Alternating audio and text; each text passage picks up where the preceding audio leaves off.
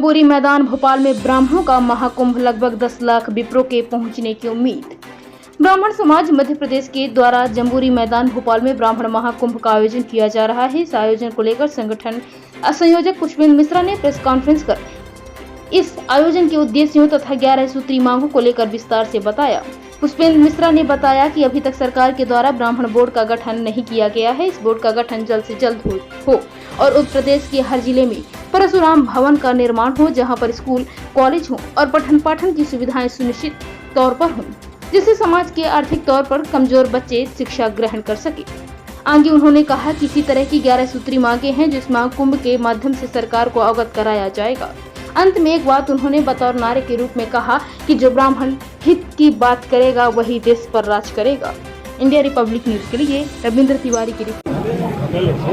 एक बड़ा आयोजन किया जा रहा है, कब है और कितने लोग शामिल होने वाले, कौन-कौन मुख्य अतिथि है, क्या मांग है आपकी? देखिए, ब्राह्मण समाज मध्य प्रदेश द्वारा दिनांक 4 तारीख को जम्बूरी मैदान में एक विशाल ब्राह्मण महाकुंभ का आयोजन किया जा रहा है और इसका नाम दिया गया है ब्राह्मण हुंकार, ब्राह्मण की गर्जना, ब्राह्मण का शंखनाद। ब्राह्मण अपने स्वाभिमान के लिए एकत्रित हो रहा है और यह ब्राह्मण प्रदेश ही नहीं बल्कि पूरे देश और विश्व से भी सारे ब्राह्मण और मातृशक्तियां यहाँ पर आ रहे हैं और अपने स्वाभिमान की बात करने के लिए आ रहे हैं, जिसमें हमारी 11 सूत्री मांगे हैं।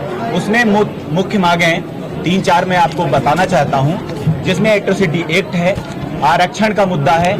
तीसरी चीज यह है कि जो ब्राह्मण आयोग का गठन अभी पूर्व में मुख्यमंत्री जी ने ब्राह्मण बोर्ड का गठन की घोषणा की थी, उसको हम चाहते हैं कि ब्राह्मण आयोग का गठन हो और वो भी संवैधानिक तरीके से हो।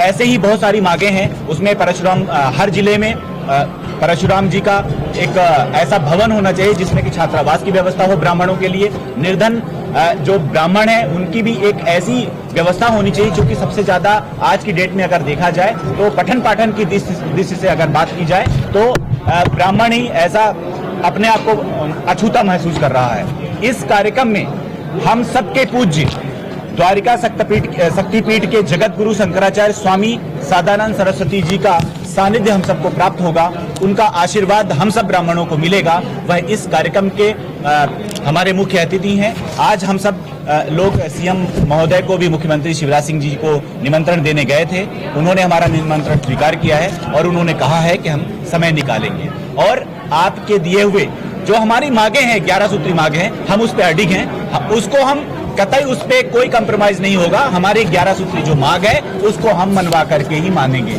और ये कोई लड़ाई नहीं है। ये हम अपनी बात मानने के लिए किससे बात करेंगे? हम राजा से बात करेंगे और राजा आज की डेट में जो सत्ता पे होगा उसी से बात की जाएगी।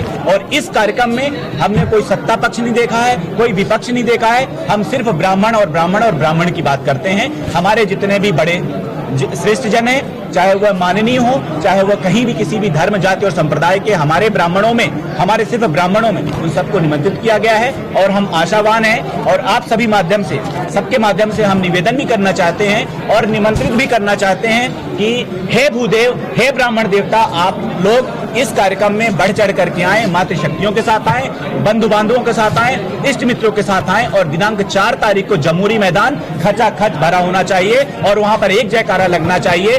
ब्राह्मण वंश सचेत हो, समय चाहते